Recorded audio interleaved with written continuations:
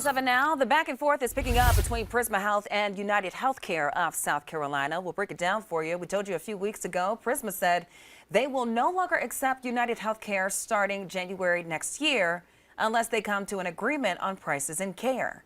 After United released a statement, Prisma then sued, claiming United made inflammatory and inaccurate statements.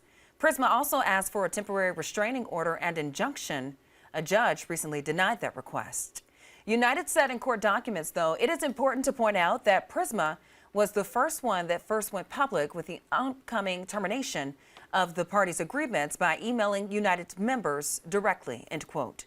We will continue to follow this story and we'll keep you updated if contract negotiations change.